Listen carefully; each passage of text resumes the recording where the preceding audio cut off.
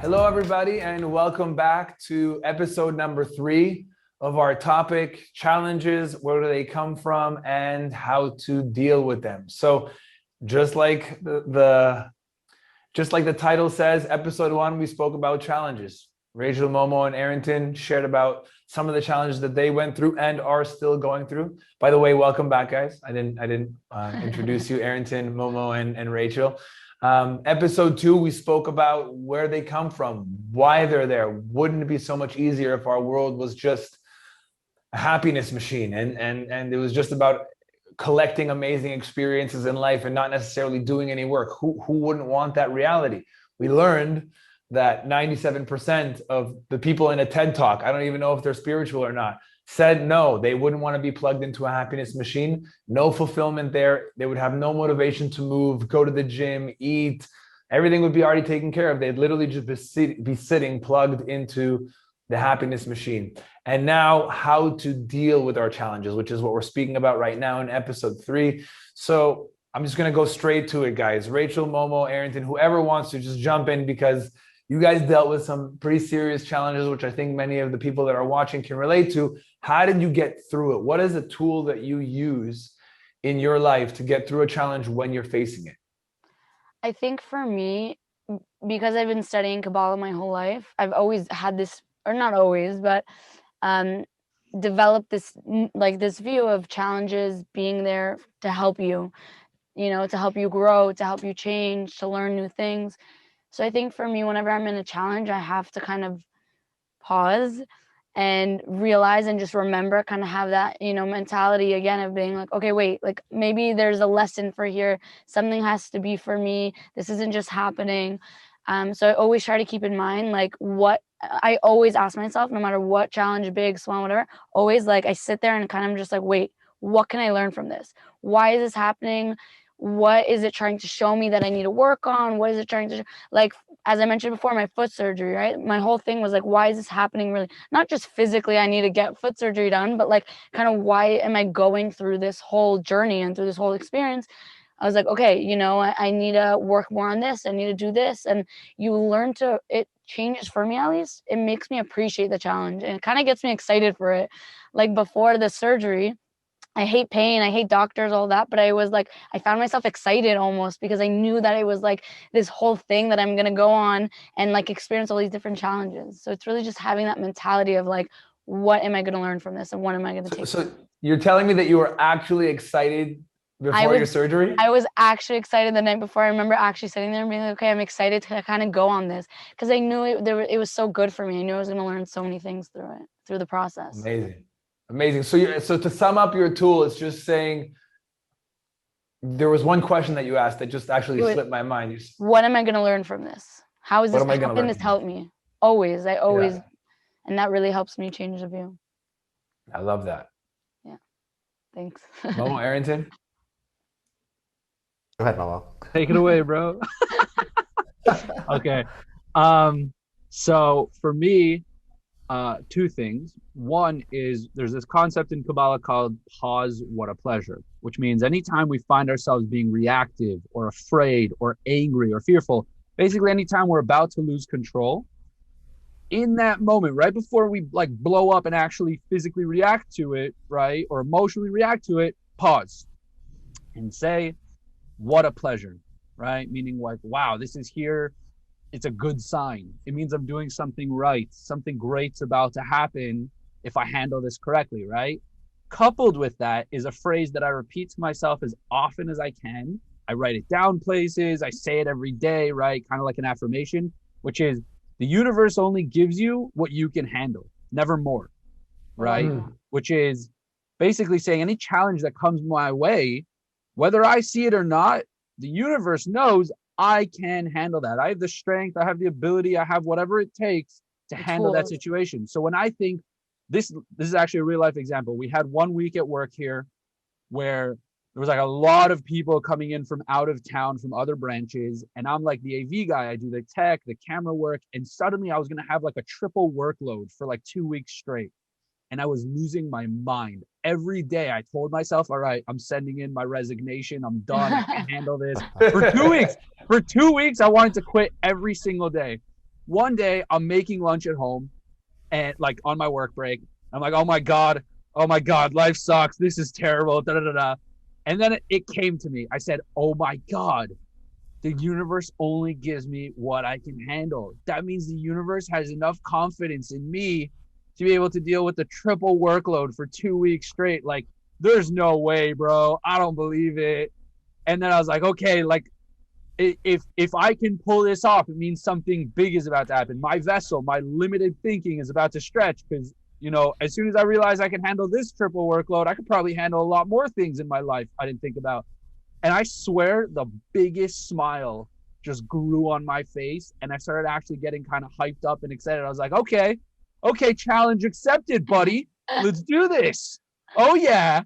Right. It was like I felt like I was in a video game and found like a sudden upgrade or something. It was great. I was just like, all right, time to like go out there and, you know, kick blank and take names. And did you what was the blessing? Well, like you said that like if I can handle this workload, then there's like something huge on the other side. What was the huge thing on the other side? On the other end of that, what ended up happening was after those 2 weeks when my schedule rebalanced itself, I realized I was wasting so much time in other places, just numbing myself to things, right? Because with a triple workload, I had zero time to watch TV, to space out, you know, and like read comics or whatever, to just like waste my time in not progressing myself or growing myself. And in those 2 weeks, I went, oh my God, the amount of things I finished every single day, got done just to like hold it together. I don't necessarily have to be that extreme every day, but even if I just did the double workload or, you know, 1.5 times, I could be doing so much more. It helped me realize where I was wasting space. And what ended up coming from that is I started trying to start up like side hustles and little businesses and video game streaming and a podcast and selling merch online, like all these things. And I realized I could actually do all these things. I was just never trying. I never put in the effort. Wow. The universe had to show me, yo, you can do this much work, go do it. And it was crazy because now, yes, things are starting to grow and build on the outside. It was mind-blowing. So awesome. By the way, we're gonna have a whole side discussion about this, but you mentioned like, you know, watching shows. I know that you watch anime or like, you know, reading comics, and you're like, I didn't have time to waste my time. Not always are watching shows and reading comics. We're gonna have an episode of the balance between enjoying something and using it to numb us, which is I think really important. But if I know what you mean, right? Like you're just like you come home and you're like, I'm so tired, so you just turn something on and your brain shuts off. Yeah. And if you watch an episode of anime right before you go into creating, it will probably help you create better. But if you watch 30 episodes into 2 a.m, you wake up late. Now we're in a different. Yeah. So the goal was to like come home and chill for an hour after work. What ended up happening is I'm on like a 4 or 5 hour anime run or whatever. Exactly. Whatever video games. And I'm just like, damn, where did the night go? I thought I was going to get A, B, and C accomplished, but I did not. I didn't do anything. I just ended up like getting into that little rabbit hole of whatever. So, but yes, it was not a time waster until it became useless to my growth or my mental stability. After that, It was just numbing. The numb portion of it, that was a time waster. Got it. Yeah, good clarification. Arrington, you're last. Wow. Yeah. So like Momo, one of the biggest tools I used was pause. I didn't get to the pause with a pleasure yet, the second half of that. Like I said, I literally, going back from the first story, I had to lock myself in that car for a good 30 minutes just to, again, just calm myself down and really take a pause because it was overwhelming. But I don't know when I got to what a pleasure, but I will say I'm a very competitive person. Like you said, David, we play basketball all the time. I'm a very competitive person. And at some point, I don't know if it was that day or that year or the week, you know, I told myself, I want to beat this. I am a winner and I want to win at this, right? And so that's kind of what kicked it off of this journey where now I'm actually seeking opportunities to overcome this. And to this day, I'm still seeking opportunities. So I'm that weird person at the airport who also still introduces themselves to the person sitting next to them. And I've had many So guys, if you ever meet Arrington, go introduce yourself. I've had many conversations with people at the airport, people in the seat next to me, the ice cream shop, the bank, and you just start to create so many relationships to the point where actually this is actually my job right now, right? So I work in finance, I'm in wealth management. My job is to help people manage their money, and the way I do that is by meeting people, right, and creating meaningful relationships. And so I've actually made a living of introducing myself to people. You know, that is literally how I make my money, is by creating real, lasting, and genuine relationships with people, to the point where they share intimate things with me. You know, money is obviously a very personal experience for a lot of people, and it's a delicate process. And so that is my job every single day, to literally attack it. I'm still working on it. I don't think I've won just yet, but you know, that's my journey. I just think it's super interesting. Yeah, go ahead, Momo. No, go. I'll do it. No, it's all you. All right, fine. So I was gonna say, what you reminded me of was, I saw this great quote somewhere that was like, obviously being a gamer, you follow a lot of pages, and one of them was like, you know, life is like a video game. Wherever you see the bad guy, the opposition, someone fighting against you, that's how you know where to go. Mm-hmm. Right. So if you're ever lost in life, figure out oh my what God, you're the most afraid of. the most frustrating part of a video game is when you're running around and you don't know where the next No idea. You're lost. You're lost. Skyrim, bro. Worst feeling ever. This huge open world game. You could be lost for like 15 hours in that game and have no clue what to do. It's really annoying. But yeah, but you look for the challenge. If you're ever lost in life, you don't know where to go, find what you're afraid of. That'll start your journey. It's deep. I was just thinking it's interesting for Arrington. Find what you're afraid of. Boy, that took me a second. Just clicked in. Find what you're afraid of. Things won't get boring. But when Arrington, like you literally went from social. You took your worst fear and you made a living out of it. You said taking social anxiety. Social paralysis. That's what I'll call it. Social paralysis. Wow, amazing. And yeah, I mean, if like Rachel said, like, it's what can I learn from this? Every challenge is coming with a certain package. It's coming for me. It's not coming to me. I'm not an effect. I'm not the effect of this challenge. I'm the cause. I need to find a way to grow and transform with it. You know, Momo said, pause, what a pleasure. He gets, I don't know how, it's very hard to get to what a pleasure. But I think when you combine Rachel and Momo's tool, which is like, why is it happening to me? You finally realize, oh my God, social anxiety is coming to me, or social paralysis is coming to me, so that I can eventually overcome it and create a living from it. Then you're like, wow, what a pleasure. You know, thank God I overcame that.